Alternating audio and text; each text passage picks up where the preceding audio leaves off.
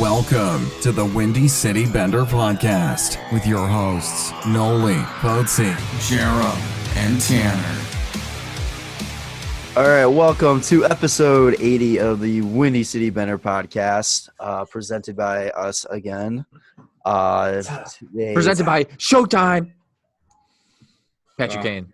He's hosting really this one. I mean, yeah. Showtime. He was going to, but then they had a game, so. Yeah. Oh, Kirby.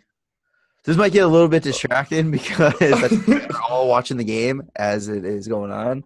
Hawks are actually winning for once. Still the first period. Yeah, still the first period. Plenty of time. So you guys know what probably happened, and maybe we'll get excited, or maybe we'll get super fucking pissed. So today we are joined by Nolly. Yeah. Tanner. What's up? How you guys doing? Not too bad, Jarom. How you doing, bud? I'm fucking exhausted, man. And Jarom. We played a fucking. I said his name. We played almost a fucking 2-hour men's league game last night. Yeah. It was fucking terrible. Why was it 2 hours? It just took forever. There were so many whistles. We went to overtime. We went to a shootout. It literally went from 9:50 to 11:30. It was fucking awful. We didn't even get a warm up. The ref was blowing the whistle before the game. He's like, "Come on, guys, I want to go home." It still took that long. Yeah, absolutely ridiculous.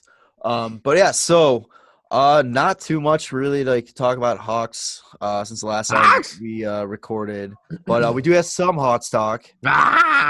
We played some games. Yeah, there's a couple games. They played some hockey. I mean, do we want to call it that? Well, was it from the last time we recorded? They played LA, Anaheim, and San Jose, right? Yeah, it was the. And so they had a win, a loss, and an overtime loss, right? They beat the Ducks. They lost to the Sharks and lost in OT to the Kings. Yep. Yeah. So they went 1-1, 0-1. I don't know why they still count ties as like a thing that never happens ever, but they could have done a lot better. What? They could have done a lot worse. Do you not remember? Yeah. No, I don't know why you're saying 1-1, 0-1. Because I've seen that they in a lot of stat columns they still keep ties in there for some reason. I think it's historical accuracy. Shootout. I think it's shootout and overtime because there's a difference. No. Nah. I don't believe you. Okay. All right. We'll see who's the idiot. Pretty good at it. Hey. Get excited, fellas. Get excited. So so Jeremy and I are also both streaming the game as Nolly's watching it live on TV. So he gets to see everything about 20 seconds before we get to see it. This is excellent podcasting right here. Oh, Shawzy. Okay. And so let's talk about how they did back to the road trip. Over the weekend. Back to the road trip. What was the first game? First game was LA, LA, in which they lost in overtime. Wasn't good.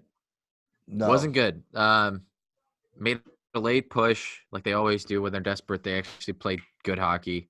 Got it to overtime. That was the game Johnny Tace, right? Yeah, I believe he scored the timer. Yeah. And that was good to see, dude. I thought they were going to win after that because I was like, fuck, Johnny Tace is fucking burying one home this late. This is the Johnny we know. But Krill made a good save in overtime. Puck trickled behind him, didn't know it was there, and Doughty was just alone to slide it in there. That's when he curled around behind the net, and they just had it all day because Crow thought he had it. Not much Crow could do there. I mean, you can't really blame him on that one. Pretty upsetting. So this is also the game that was really weird because Crow took a shot to the dome in the first period. Oh yeah. And I don't know if it was a ref or the ref. It was Wes McCauley. The ref pulled him. Yeah, Wes McCauley. Okay. I thought it was a concussion spotter pulled him. That's what I heard.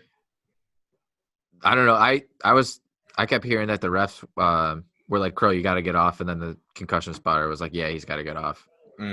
Which is weird. It was kind of a mix of both, I guess. It was weird because I had only caught a little bit of the game just because I was at work, and it was right after it was they scored right away. It was 2-0 right to the start of the game, and when I was able to watch a little bit, Lehner was in net, and I was like, oh, those must have been shit goals. Yeah, and he must have been get the fuck out of here. Lehner's going in.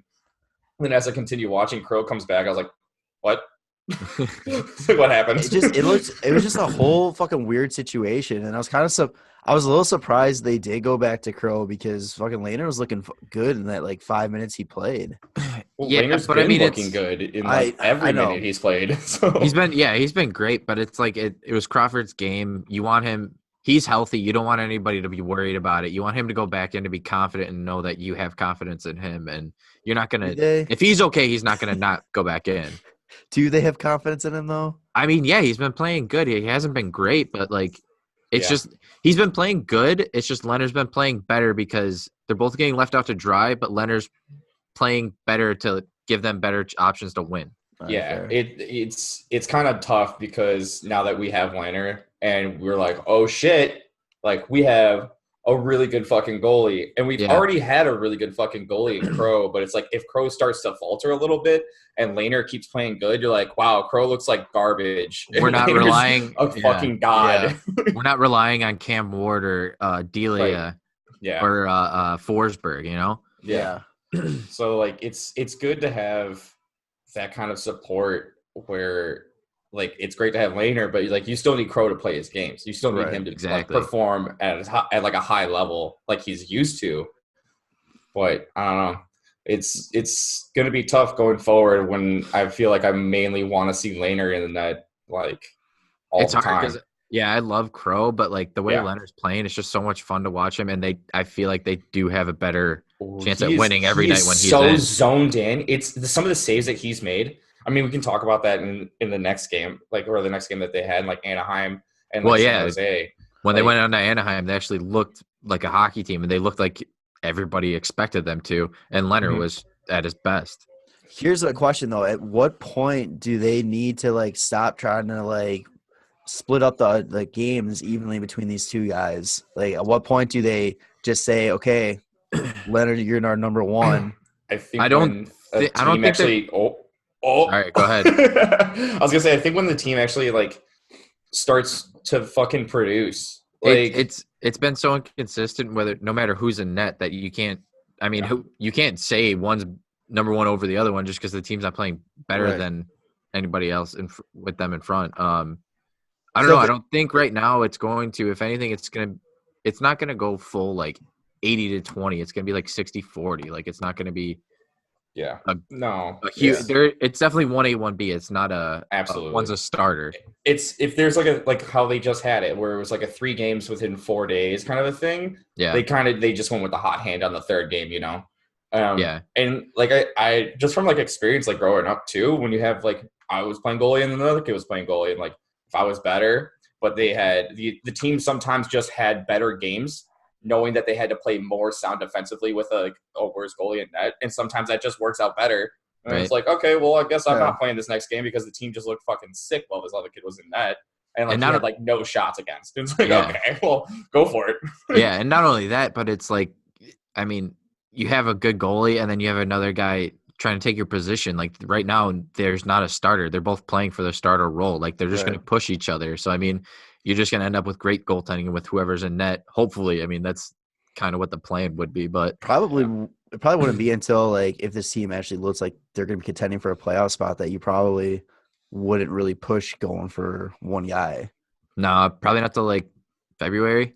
Yeah. Once it gets closer to the playoffs, if you're in a playoff position, you want to ride the hot hand until they're not anymore. So, I mean, right now it doesn't look like playoffs are going to happen, but at that point you want to establish that number one going into the playoffs too. Well, I'm curious to know is like if they are like looking so far outside of a playoff spot, like by the time February is rolling around, the trade deadline's coming. Do you think that like maybe the hot hand is now expendable and like possibly we can get like a pick from it and like that's the route they're going? Or do you think like whoever's the hot hand is like they're playing for the role as the starter is like next year? The only thing is like if you want to move him, it's like you have both these goalies only signed through this year. You can't, and with Crawford's like injury like record, like it's hard to put Leonard out there and be like use him for trade bait. Well, that's one of the things is like maybe Crawford's the trade bait. He's got he's got 2 Stanley Cups. Yeah. He can help out a team that like maybe has like a starter that like you're not entirely sure you can rely on for the playoffs. Pittsburgh. and they bring in like Crawford or something like that at like the trade deadline to like reassure like what's going on in the back end, and then maybe we could get like a pick or something out of it. Yeah, I can True. see that. So whatever. Moving on to Anaheim. Yeah. Yeah, I don't know. Like Anaheim, that game, that was probably their best all-around game. They just looked great. I thought it top to bottom, they had a really good game. Obviously, it was close. It was only 3-2, but still, I thought they played really well, which got me excited going into San Jose. Yeah, well, I was gonna say the thing that got me most excited about the Anaheim game. I didn't get to catch the game because I was at work. Was the fucking celly that Kaner had after that overtime goal, where he just throws his hands down and is just like, fuck yeah! It's just like, dude, I was like, I feel the intensity in your chest. That's, like, yeah. And give me some of that, Kaner. Shoot straight into my veins, bro.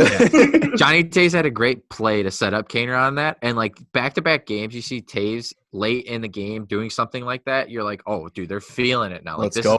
This is it. Yeah, this is it. Like, let's fucking go. And then Kaner does that selling. I'm like, rock hard. I completely forgot about the LA game when Taves made this sick fucking move and Jack Campbell did like the rollover glove save. Oh, God. Yeah.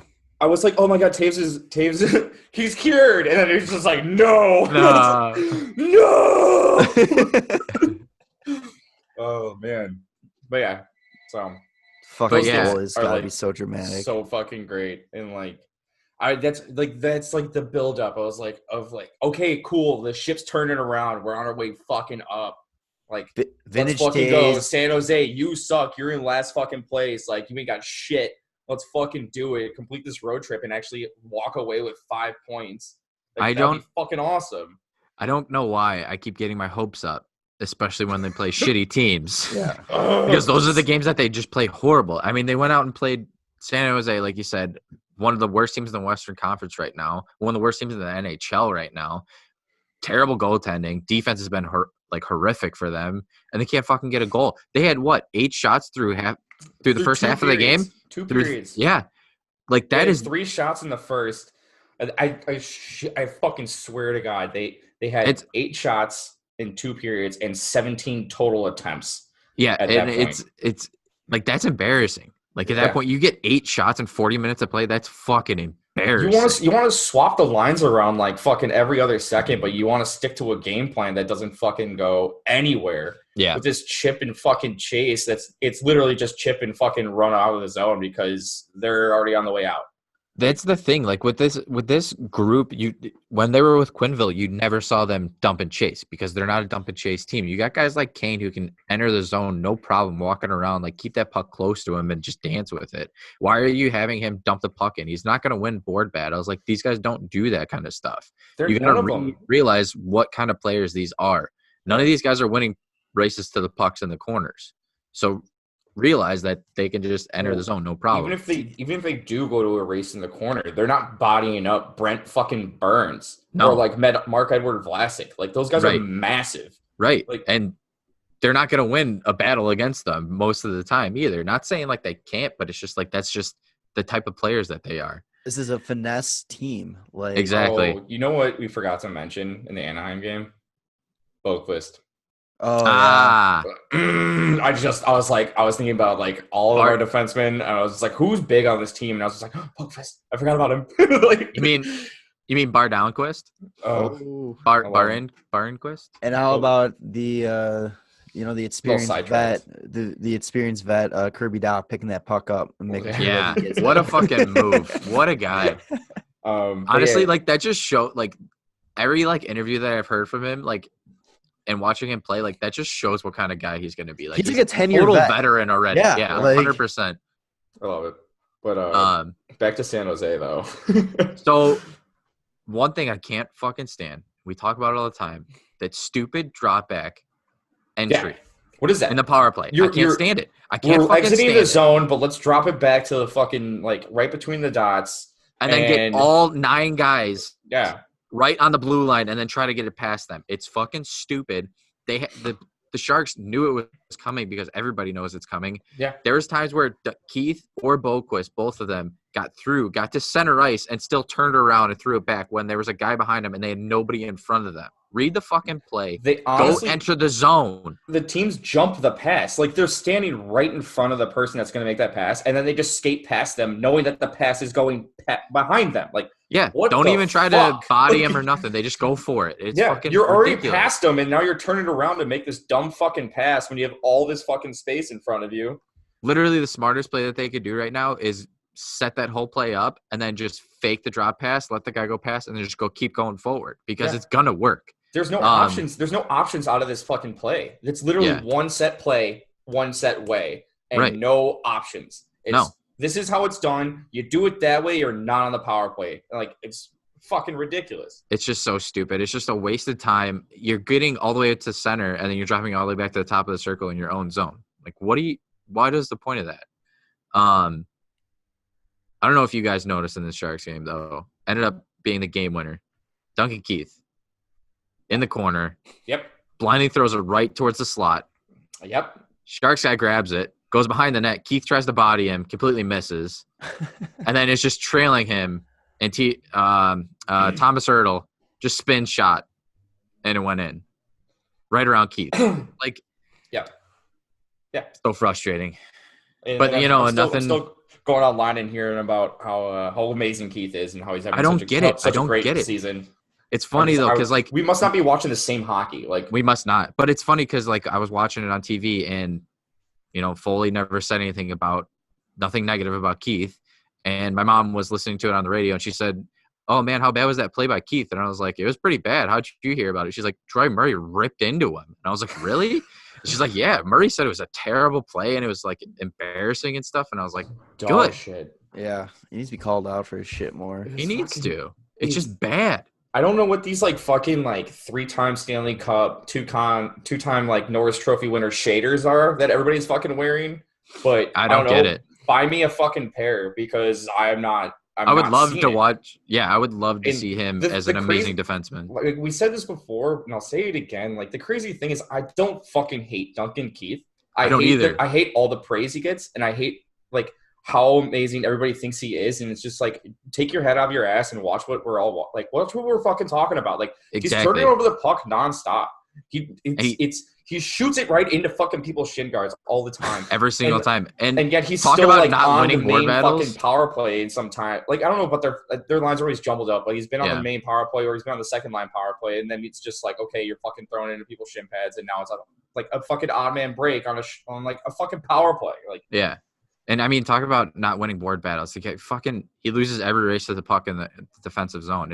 It sucks.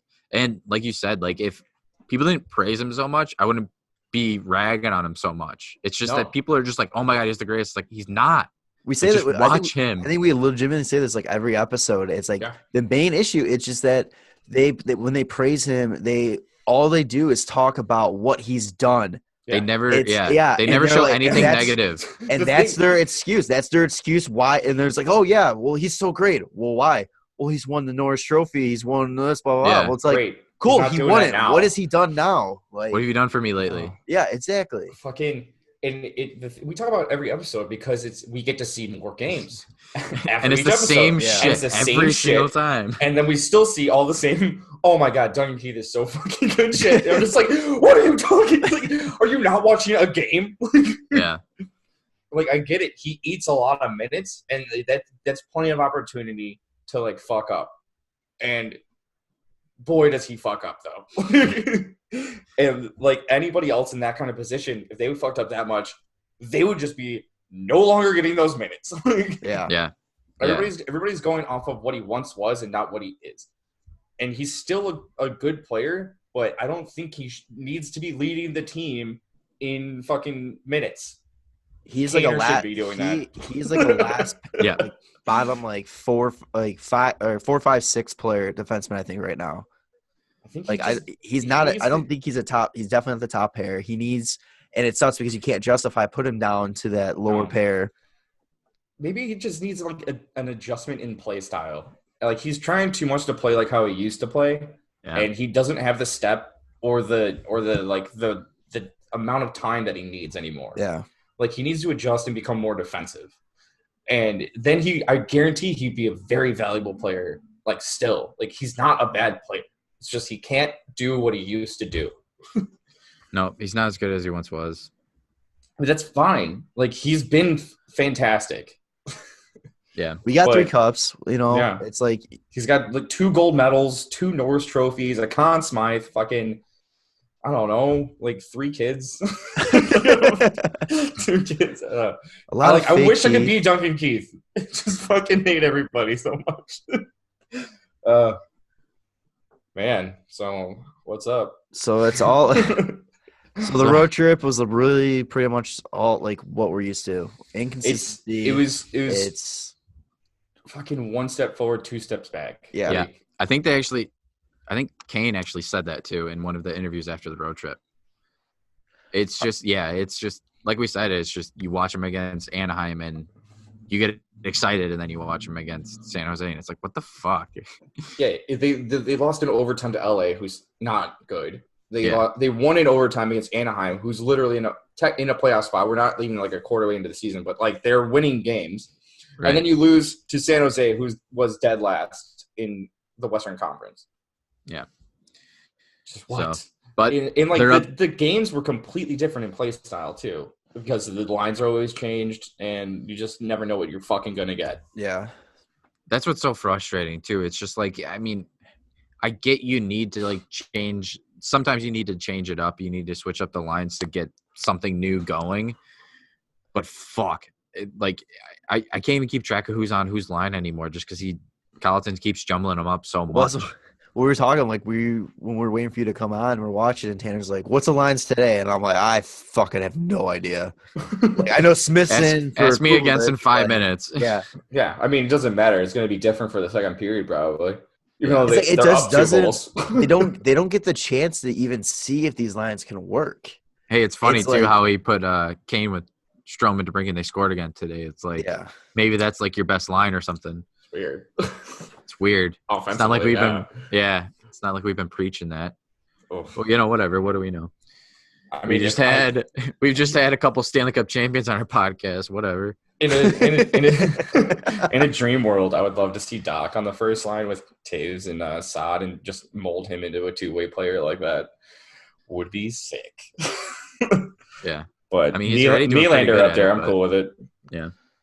So, Oh man. so Any more Hawks? Yes, so- to talk so- about? So Wednesday, this past Wednesday marked the 1 year since Coach Q was fired. And I don't know what the expectations were, what you guys had, like kind of expecting it and all that Yeah. after the change was happening. How do you guys feel like 1 year essentially into a new identity of this team a little bit? Confused. I know we kind of like, yeah, we kind so of touched on it, confused. but Yeah. We- So We've talked about the team the way it was at the end of the season last year when they were clicking like crazy.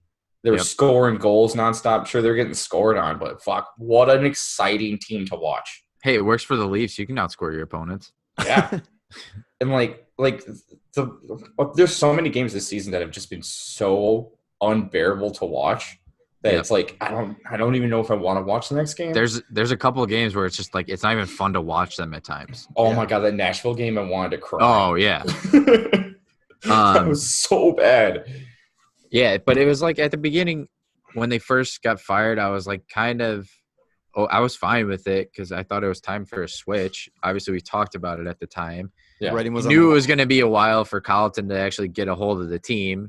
They started out towards the end of the year last year. They started playing really well, like you said, Tanner, and now it's like, what the fuck happened? Like, what's going on? What is Yeah. wrong with Colleton? What's wrong with the team? It's like this. What happened to that system that he had going? It wasn't that Exactly. chip and chase kind of shit. No, It was like the It's- lines were solid. Everybody was like fucking producing. Kaner fucking had the most points. Taves had the most points in their careers. DeBrincat was awesome.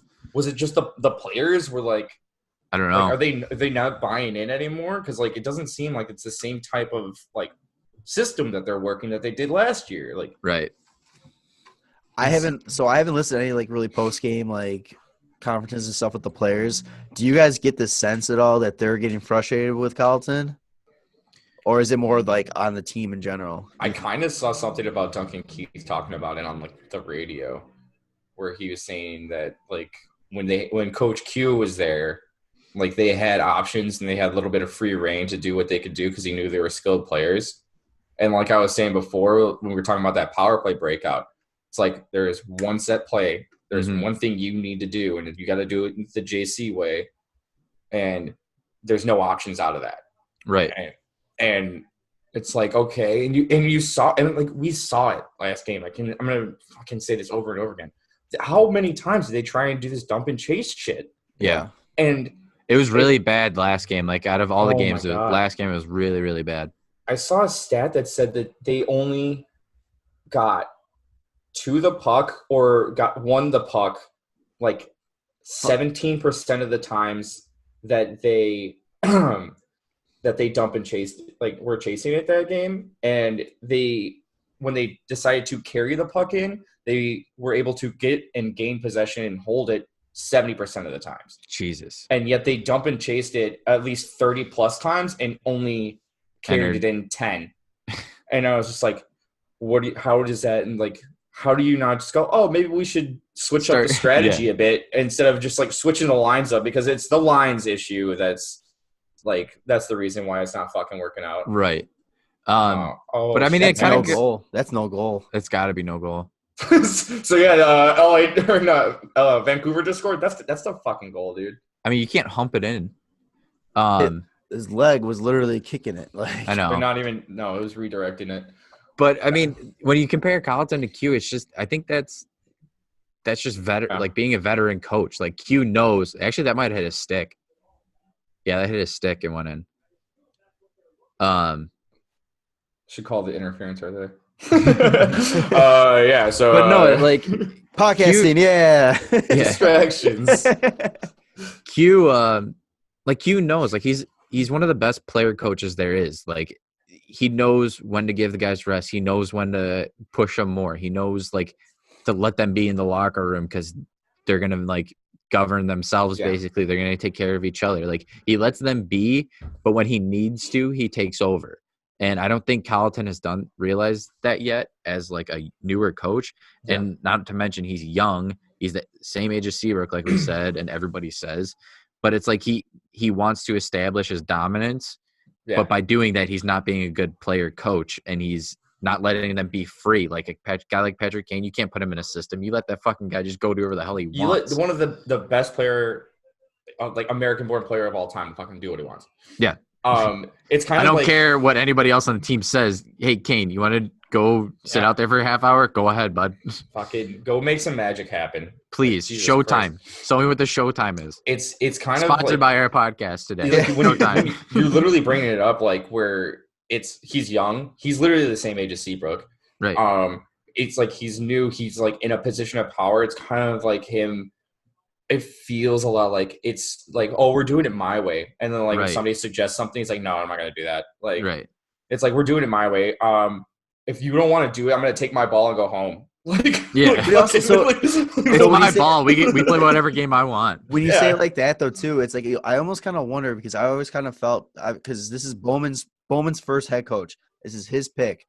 What is Bowman like kind of saying? We get it, Jarom. You hate Bowman. Well, no, but I'm like, but it's like legitimate though. It's like also because it's like if he's overcoaching because something like, Bowman is saying like his leash is short, so he's trying to save his job, so he's doing the overcoaching. It's not even that. It's his first NHL job. He wants to take reign over the room. He wants to show his dominance. I just also wonder if there's something from management and like above him that's also kind of like putting him in this like situation where he's got to overcoach and try to be that strong like Q like that it's just not passing over. That's all I'm wondering. Well, I mean, any coach's job is up for jeopardy. I mean, anybody gets fired. You see how long coaches last in the NHL now. It's not very long. I mean, Q was a huge asterisk on that because not many coaches stay with a team for 10 years. I mean, you get tossed around the league, you'll find another job. But, I mean, if you're not winning, you're not winning, especially in Chicago. Like, it's We've seen what happens when you win here, and they don't want to go back to what it was like before. Well, here's a fun fact too. Scotty Bowman, the greatest coach of all time, never spent more than 9 years with one team. Exactly. Did we mention Colleton's like 1 year record when you started it? No. So it's not even that bad. Like technically, thinking about it, when I was watching the game on Tuesday, they talked about Colleton's like 1 year record was literally 34, 32, and 12. Let's go. Did they score or what? No, Tavares won it in overtime. Oh, okay. If I can, all right. Sorry. I was like the Hawks. You know, this is Leafs talk. I was like, but all right. So 34. Just selling by myself. You guys were asking. 34, 32, and 12, which is not a bad record considering the shit start to this season, what he was handed last season, and how bad they were on like an 0-9 stretch, like right away. So if you eliminate those like kind of bad things and just take like basically that December to the end of the year last year, like he was fucking like 30 and like, I don't know, 20 or something. Like it was a winning record, and it shows that he knows that he can do it. And just like, where did that go? Like, what happened to that? Like, was it just a magic time for like the end of the season, or like what happened? Yeah. Okay. I don't know. Cool. I mean, no, it's just I feel like you just keep saying the same things. You know, it's just frustrating. Yeah. Like, where did it go? Where did all the magic go? Yeah. Where is the love? Whatever. Well, the Hawks are winning right now, so that's cool. 2-1. Gus just fucking killed Markstrom. Right in the throat, huh? Yeah. What's going on with Gus? Yeah. Well, actually, somebody posted like the whatever they're called, the stats, the crazy stats, whatever advanced stats. Yeah, advanced stats. Yeah, that big word.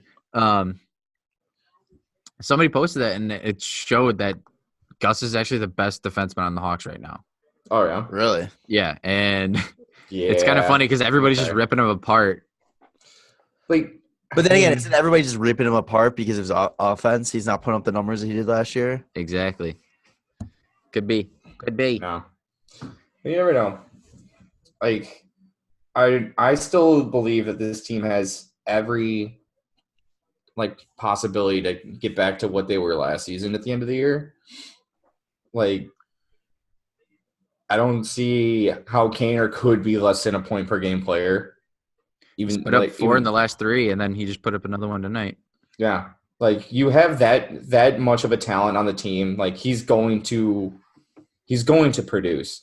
Like I know, what was it, 2 years ago? He put up 76 points in 82 games. Like that first like shit season. I don't think that happens again with like the young talent that we now have. I think those kids probably just end up getting a little bit better. You know, like Boqvist, if he gets more time, like Doc's staying up. We got Nylander with hopefully his first full season on NHL squad. Like he's not playing bad.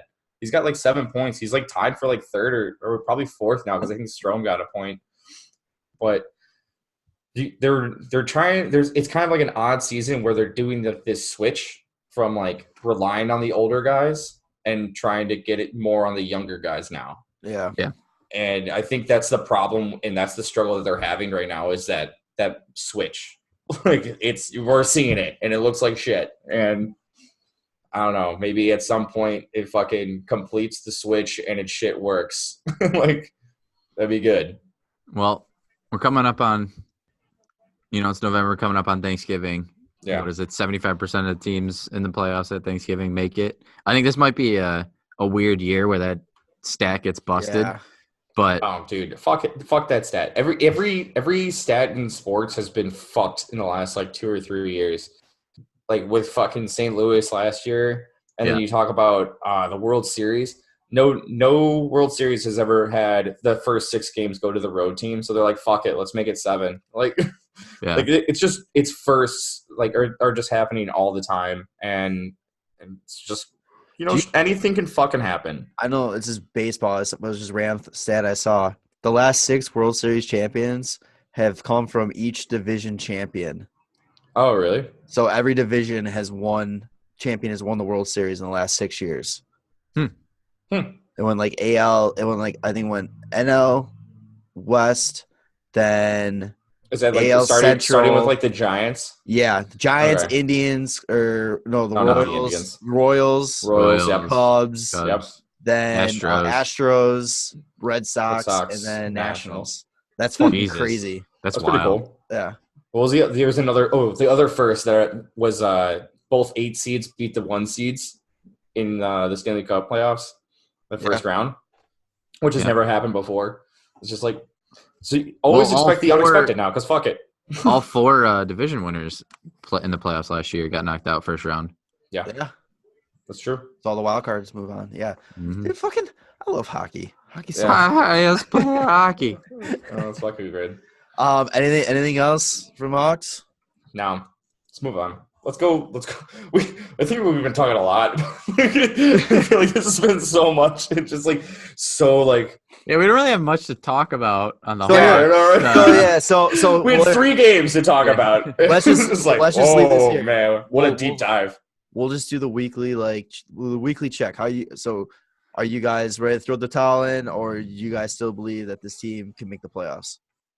I'm never ready to throw the towel in. I'm never ready to throw the towel in. And like what we were just talking about, fucking anything can happen. Yeah. This team could fucking turn a switch on and fucking go on a tear. You can't count a team out that's especially with if you have Robin Lehner playing unreal hockey and they're like, you know what, we're gonna ride Robin Lehner right now, and then you have the fucking offense producing and you have the defense just being okay. Like, boom. Let's go. Did you want to talk about his Buffalo ride comments? or die? Oh yeah, the Buffalo comment. Just Leonard just saying, yeah, well, you know, you guys keep talking about my stats last year and playing with a great defensive team. Well, I had a bunch of years in Buffalo with one of the worst defensive teams of all time, and my stats are still pretty good there, so I think I'm okay. I think I'm going to be all right. Yeah, just ripping apart Buffalo, but also low-key just destroying the Hawks defense at it. I mean, hey, he's a fucking saint. I don't care. I love Leonard, and I love his crazy eyes when he talks, and I love just how honest he is all the time. Oh, it's so good.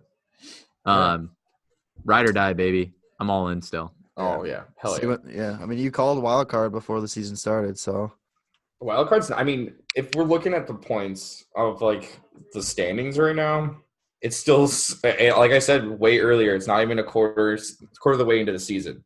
There's so much hockey left to play. And not only that, the Hawks have played the least amount of games in the West. That's right. They still have a lot to catch up. I mean, a lot of teams have only played one more. But then also you look at the teams that are in like playoff positions now, like the Pacific, Edmonton, Vancouver, Arizona. Nobody had those 3 teams in there. I had Arizona. No, I know, but like those 3 teams, like, are you kidding me? You had Calgary, Vancouver, Vegas. That's what I meant. And probably San Jose. But yeah, I think we said those 2 and then Arizona instead of San Jose. Yeah. So, I mean, Vegas and Calgary are in wild card spots right now, and Anaheim's just right behind them. Nobody saw Anaheim there. Like, things are going to change. And I don't remember if it was you, Tanner, or me, but one of us called Anaheim being out of a playoff and Arizona being in after last podcast. Oh, I think I did. Yeah, I think it was. I was like, Arizona's going to have. Yeah, that's a good call. Fucking, I was going to say, out of a wild card spot right now, the Hawks are only 9 points out. And they're 4 games in hand on the Flames. That's true. And like what? 66 games or 68 games left in the season. If they have 4 games in hand, let's say they win 4 in a row starting today, they're fucking 1 point behind them. That's right up there. Fucking why not? So basically what you're saying is the Hawks need to pull a New York Islanders and win 10 in a row. I mean, 10 in a row is always a death sentence because every time I've seen somebody win 10 in a row, they don't make the playoffs. Buffalo, the last few years. Yeah, Philly win 10 games in a row, don't make the playoffs. Lose 10 games in a row, make the playoffs. Well, they won 10 and then lost 10. No, it was 2 different seasons. No, they did it that year too. Nope. But that's okay. We don't need to talk about that. Yeah, fuck Philly. So Islanders have won 10 games in a row. Do you guys wait. Yeah. Wait. Ooh, lost in OT. They lost in OT? So Yep, and they- at 10. Okay, well then I guess that blows our topic for there. What was it? Do you think they're gonna still win? No, so How long do you think it goes for? no. I can tell you. I guarantee it goes for only 10 games. Yeah. Hey, hey Tanner. Tom Wilson scored the game winner in overtime. Fuck. I forgot to say my fantasy team today. Not for the Islanders or the Penguins. Caps in a different game. Is Fine. so?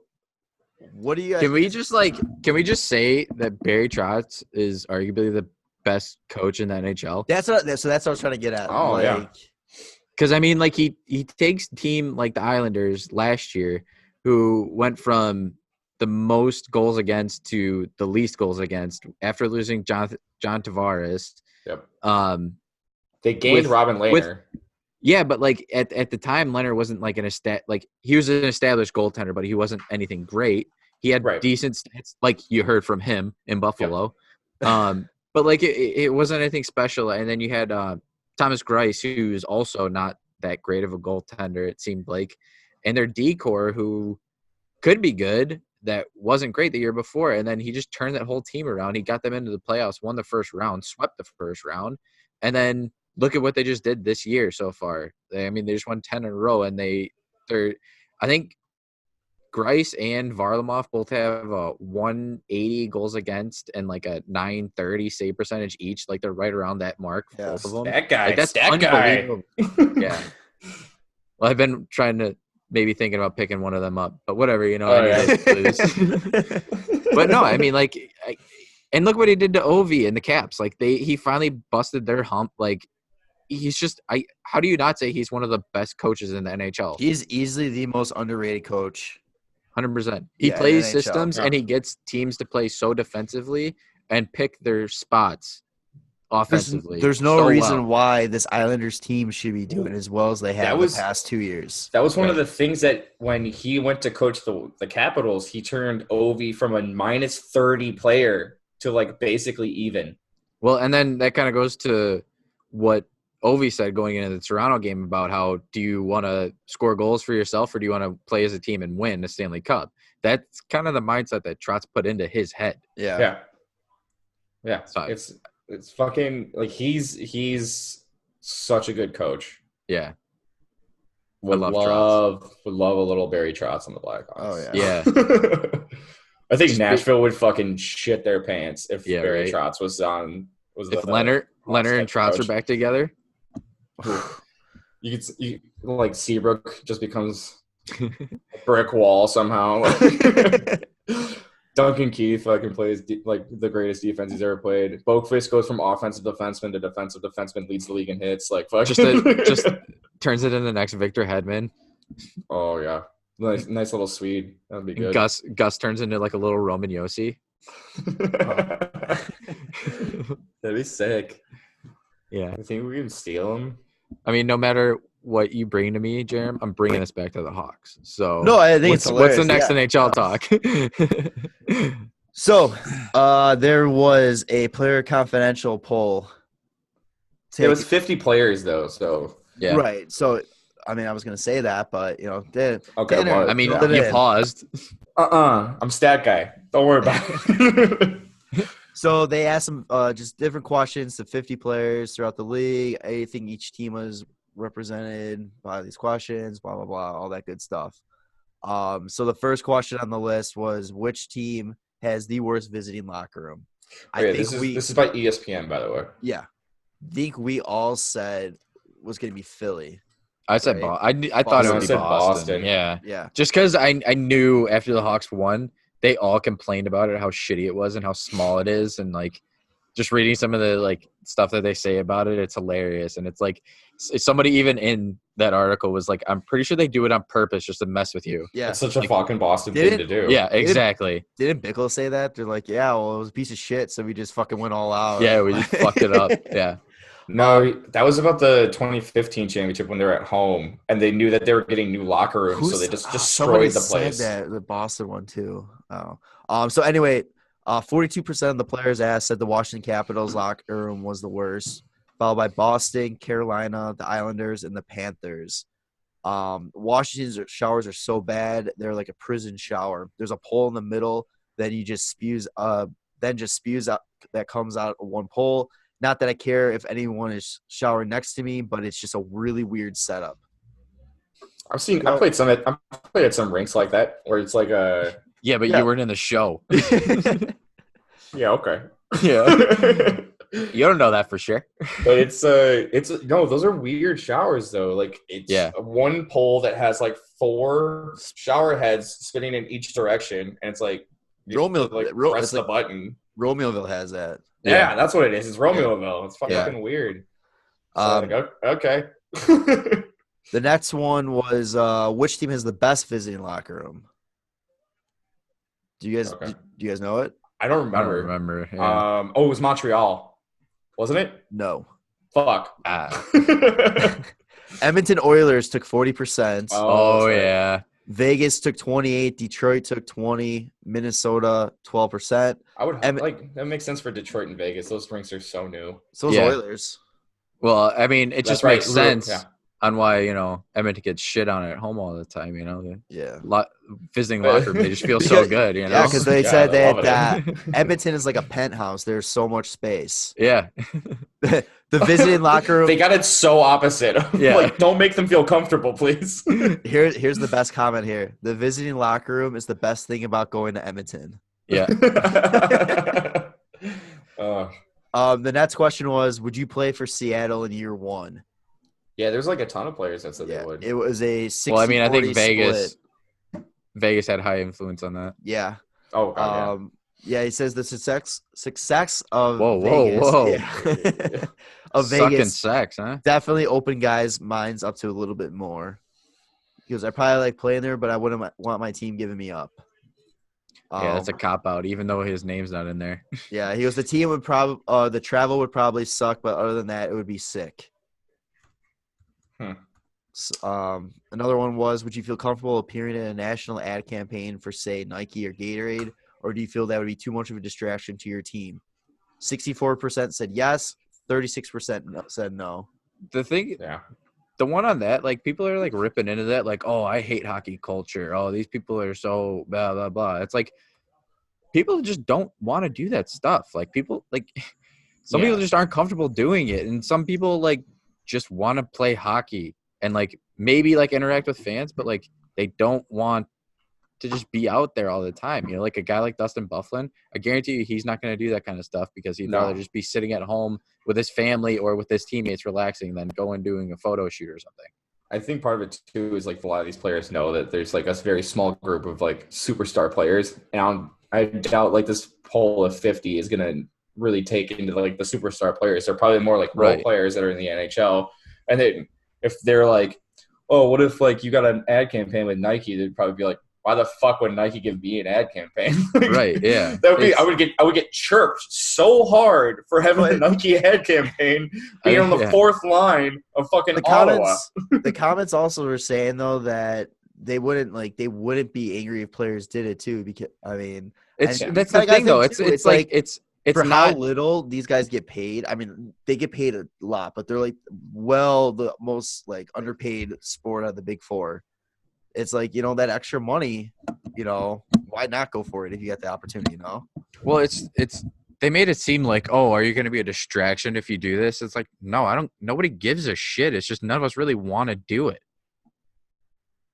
Yeah. I'm trying to read which is. I wouldn't mind it. I think it's fun when big companies like that have interest in hockey players. They come get you. I like it. I like that. I do it. Yeah. I wouldn't do the body issue though. That's way too much. Yeah. I mean, there's been a couple guys that do that. Yeah. Sagan did it. Yeah. I think Evander Kane, Brent Burns, Joe Thornton. Do it. Yeah. Evander Kane's a superstar, huh? Well, I mean, Evander Kane is probably one of the more marketable athletes in the NHL because he's pretty outspoken, but he's not fucking bad. No, yeah. So the Nets 2 are really interesting, and I think that brings. I mean, it's a very because it's kind of like one of those things that everybody acknowledges, but they don't really like touch on. Oh yeah. The NHL doesn't It's punish the for mascots. Yeah. NHL doesn't punish for recreational drugs. Is that good or bad? 24% said good, 14% said bad, and 62% were indifferent. Yeah, I mean, 62%. Yeah, whatever. Yeah, who gives a shit what like anybody does in their off time, just as long as you're not on drugs while you're at a fucking game. It seems like the general consensus too with that is that all these players are starting to wake up to the benefits of marijuana and like CBD and all that kind of stuff too. And well, not only that, but it's like these guys know what they're putting into their bodies. They're so health conscious and like so all about training and making sure that they're up to their best of their abilities. Like they know the repercussions if they do anything stupid, and they know that if they do it, it's probably not going to be good for them on the ice anyway. Yeah. They have nutritionists, they have personal trainers, they have people taking care of like everything. Unless you're Russian or like Ovechkin, like you do whatever you want and drink pop on the bench. That's right. And then the next one was, given the league's approach to recreational drug use, does the NHL have a cocaine problem? Well, it's funny. Back in the last one real quick, didn't somebody say something about how like they would rather be like smoking weed rather than taking opioids for like pain issues? Yeah, which I thought was really good, like a really good point. It's a super good point. It's like, because there's so many. Why get addicted to opioids and become one of those players that like unfortunately had like loses their game? Well, no, an addiction that leads to like something more outside of the game. Like, all the enforcers that like we've always heard about, like the really sad stories that you hear with like they were so addicted to painkillers and then it just ruined their life. Right. Yeah, and that's a big thing, kind of like you said, like how people are realizing what marijuana and CBD can do. Like I know like painkillers are legal, you have to get a prescription and stuff like that, but like they're so addictive. It's just, it can ruin your life, it can ruin your whole career. Well, it's like an interesting I was listening to like Barstool Breakfast, and they got Willie Colon, who used to play in the NFL, and they were kind of talking about this, and he was saying like, yeah, you walk into a football locker room and they just have all these opioids and all these painkillers just out on a table, like you're going for fucking snacks at like a little buffet. Yeah, that's absolutely. But then it's like it's like the one girl in Grandma's Boy. She's just got like a smiley face of pills for her breakfast plate. And then like they fucking suspend people for testing positive for smoking weed. Yeah, it's ridiculous. It's insane. And then the next one. So, given the league's approach to recreational drug use, does the NHL have a cocaine problem? Which I think if you know the game at all, it's no secret that players use cocaine. They like to dabble. Yeah. But 10% of the people asked said yes. 58% said no, and 32% said I don't know. 10% of them play with Patrick Kane during their Stanley Cup run. I mean, or Evgeny Kuznetsov, like that's fine. Last year, yeah. I did not do that. Test me. Okay, well, we tested you and you failed. Fuck. I will take my suspension. He goes, as the first comment, has anyone said yes to this question? I really don't think there is one, so I'd be shocked if someone said yes. I think that's a cocaine user problem. Even as like a confidentiality like questionnaire, they're probably like, I'm not gonna fucking. Oh yeah, right. Who's gonna say yeah? Right. And it's like even the guys that like don't do it, I'm sure the guys that do make sure that those guys that don't see it or kind of don't know that it's going on. Yeah, because one got another comment. I've never seen it. I don't know if it's just my team, but I've never seen it. It's not like they're going to be doing it in the fucking locker room post-practice. Like, let's rip a line and go fucking out. Like, no, that's not what's going on. The last two questions were worst team. Which road city do you go into the most? And Winnipeg with 42% and Buffalo with 34%. Edmonton with 10%, and then everybody else is 4% too. And then the last one was, do you have gritty fatigue? Yeah. This one actually surprised me. He wasn't even mascot of the year, wasn't he? No. Is that in the Hall of Fame? It's Tommy Hawk, baby. Gritty fatigue. 28% of players said yes. 72% said no. That surprised me a little bit. Dude, it's just funny, a man. mascot. It's Yeah. funny, but at the same time, though, like I feel like I think the players would get annoyed with it, but then again, I guess. Well, I mean, like, it said one of the players like quotes in there was about when he was standing behind PK during warmups and had Yeah. the sign that said Lindsey Vaughn could have done better. Like that's funny as yeah. hell. Like how do you not like you can't get sick of that? Like those are good chirps. Well, maybe it's also just like 72% of like the poll is Philly. They're just Philly players. Or Pittsburgh. No, that'd be Like, the 20. fuck That'd be the 28%. That's what I meant. It's just fuck Philly. oh, actually, sorry, one more, and this one Oh, was God. actually interesting. Okay. Do you have a burner Twitter account? Oh yeah. Oh yeah, that was interesting. 32% said yes. 68% said no. But the funny thing is, all of them were saying that they have it just so they can like Follow check up on things. stuff. Yeah. Yeah. They're not I don't think they really know what a burner account really Most means. of the people were like, yeah, I've never tweeted off of it before though. Yeah. It's like what the one said like, oh, I'm still got the what is it? An egg? Yeah. I'm still Yeah. an egg. It's like that's fucking great. But Yeah. yeah, so that's interesting. I like when they do those little polls and all that. Especially with like the certain questions that they ask.